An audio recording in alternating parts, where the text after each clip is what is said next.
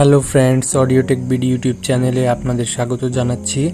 আজকে আমি আপনাদের একটি 2.1 হোম অডিও সেটআপ তৈরি করে দেখাবো। সেটআপটিতে আমি কোনো 2.1 অ্যাম্পলিফায়ার ইউজ করব না।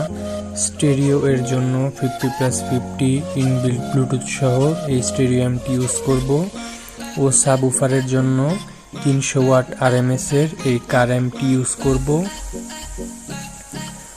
কার অ্যাম্পটিতে পাওয়ার দেওয়ার জন্য আমি 12 ভোল্ট 30 অ্যাম্পিয়ারের এই এসএমপিএসটি ইউজ করব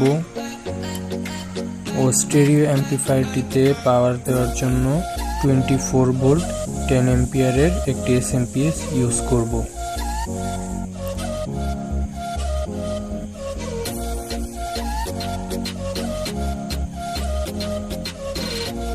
স্যাটেলাইট স্পিকার হিসেবে আমি 5 কোর অরিজিনাল 8 ইঞ্চি উফারের সাথে 2.5 ইঞ্চি পেপার কোন টুইটার ইউজ করব